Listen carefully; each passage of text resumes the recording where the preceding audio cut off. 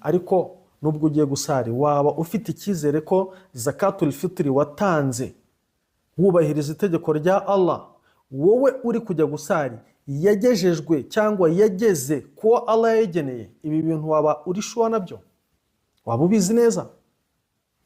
muri hadith ya Ibn Abbas radiyallahu ta'ala anhu, Imana imwishimire, qal, aratubwira ati farada Rasulullah sallallahu alayhi wa sallam zakat al-fitri, intumwa y'Imana yategetse zakatul fitri kubera impamvu ebyiri, kubera intego ebyiri. Intego ya mbere,